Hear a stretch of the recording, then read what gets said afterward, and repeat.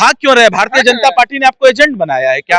आप होंगे नहीं, आप बताइए ना, एजेंट होंगे, आप ये माइक ले जाके क्यों नहीं भारतीय जनता पार्टी के नेताओं में ठूसते हैं कि वो कौन गुजराती हैं जो आते हैं जुबान बंद कर देते हैं? वो कौन गुजराती हैं? इस पे भी बातें करनी चाहिए कि सुबह में कहते हैं ऑल इज नॉट वेल, सुबह ऑल इज वेल कहते हैं, शाम में कहते हैं ऑल इज नॉट वेल। और वो आज तक क्यों नहीं मुख्यमंत्री को कह दे रहे हैं कि यही मुख्यमंत्री चुनाव के बाद हो गए, जबकि ऐसे तो जीतने वो जा नहीं रहे हैं। मेरा सवाल था कुटुंबा को लेकर के, ये जवाब बीजेपी पर जाकर के दिए।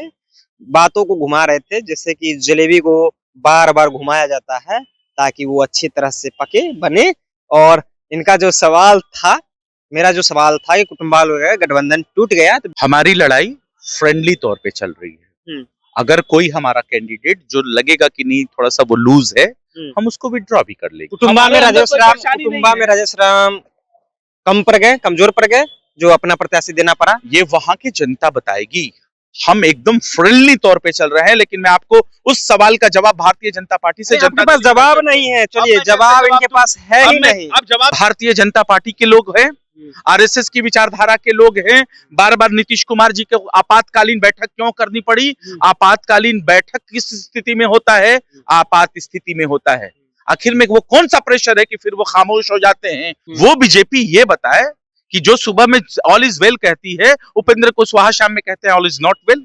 और ये कौन दो लोग हैं जो आते हैं दिल्ली में, वो जाते हैं तो उनकी आवाज को चुप करा दिया जाता है, उनको शांत करवा दिया जाता है? ये कौन सा प्रेशर गेम हो रहा है बिहार प्रदेश में? आपने इसके ऊपर देखा? इंडिया अलायंस बिहार विधानसभा चुनाव में बिल्कुल बिखर गया है। दरारें जो है वो निकल के सामने आ गई है। आपको कई ऐसे खबरें निकल के सामने आई होगी। नॉमिनेशन जो पहले चरण का वो समाप्त हो गया है। कई ऐसे सीट है जहां पे गठबंधन के ही लोग अलग होकर के, इत्र होकर के अपना अपना नॉमिनेशन कराए हैं। अब बात हम कर लेते हैं भाई, कांग्रेस के दिग्गज नेता है, प्रदेश अध्यक्ष है राजेश राम। दलित समाज से वो ऐसे में वो आते हैं और दलितों का अपमान हुआ है, ऐसा जय संविधान और जय कांग्रेस करके वो बता रहे हैं सोशल मीडिया हैंडल पे। अब देखिए, कांग्रेस और राजद में तानातानी की स्थिति तो अब पहले से ही देखते हैं, लेकिन राजेश राम जो वहां से विधायक कुटुंबा से है, राजद को क्या ऐसा आवश्यकता पड़ा कि वहां से प्रत्याशी देना पड़ा? क्या चाहते हैं? क्या साजिश है? क्या जो कांग्रेस के पूर्व अध्यक्ष है वो लालू यादव से करीबी है ऐसा माना जा रहा है? क्या उनका ये पूरा साजिश है? एक दलित को हराने की पूरी साजिश रची जा रही है? हम बातचीत करेंगे। देखिए, बात तो सच्चाई ये बताएंगे या नहीं वो तो सवाल के बाद पता चल जाएगा, लेकिन हम बात करेंगे। आरजू खान है राजद से प्रदेश प्रवक्ता, कुटुंबा से वर्तमान विधायक, सिटिंग विधायक, उसके सामने अपने प्रत्याशी को दे देना गठबंधन धर्म का ये क्या क्या कहलाता है? आप शायद अच्छे तरीके से देख नहीं पा रहे हैं। हमारी लड़ाई फ्रेंडली तौर पे चल रही है। अगर कोई हमारा कैंडिडेट जो लगेगा कि नहीं थोड़ा सा वो लूज है, हम उसको विड्रॉ भी कर लेंगे। लेकिन सबसे बड़ा सवाल ये है, इन सवालों के पीछे भारतीय जनता पार्टी क्यों छिपना चाहती है? वो ये बताए कि जो सुबह में आप बात भारतीय जनता पार्टी क्यों गए? हम सवाल आपसे कर रहे हैं। सिर्फ सवाल है ना कि आपका गठबंधन टूट गया ना। आपने जो कहा कि मजबूती के साथ है, अरे कुटुंबा का स्थिति देख ली। एक दलित जो वहां से विधायक हैं, कांग्रेस के प्रदेश अध्यक्ष माइक ले लिए हैं तो आप बोलने नहीं दीजिएगा क्या? आप सवाल करने के कर्ता धर्ता हो गए, जवाब भी तो सुनिए।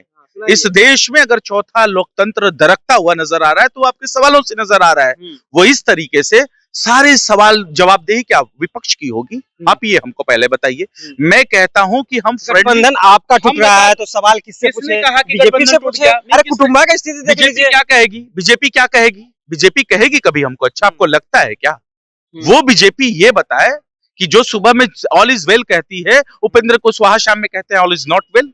और ये कौन दो लोग हैं जो आते हैं दिल्ली में, वो जाते हैं तो उनकी आवाज को चुप करा दिया जाता है, उनको शांत करवा दिया जाता है? ये कौन सा प्रेशर गेम हो रहा है बिहार प्रदेश में? आपने इसके ऊपर देखा? आप ये बताइए ना, जीतन राम मांझी जी जो कहते हैं सुबह में कि आदरणीय नीतीश कुमार की जो नाराजगी है वो जायज है, वो कौन से लोग हैं? सब लोग तो मान गए ना, सब लोग तो मान गए। माने? सब लोग को टिकट सीट मिल गया, 6-6 हमारे भी तो 121 हो चुके हैं, 121 हो चुके हैं। एक जगह पे आपके दो प्रत्याशी, एनडीए का कोई है, दो प्रत्याशी एक समझाने की कोशिश कर रहा हूँ, आप नहीं समझ रहे हैं तो मैं क्या कर सकता हूँ? ये अब आपकी मानसिक संतुलन ही ठीक नहीं है तो मैं क्या करूं? ये आप कैसे कर सकते हैं? कैसे बताऊं?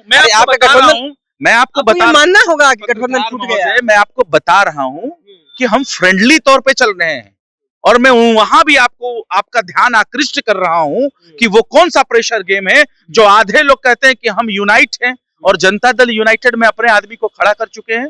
भारतीय जनता पार्टी के लोग हैं, आरएसएस की विचारधारा के लोग हैं। बार बार नीतीश कुमार जी को आपातकालीन बैठक क्यों करनी पड़ी? आपातकालीन बैठक किस स्थिति में होता है?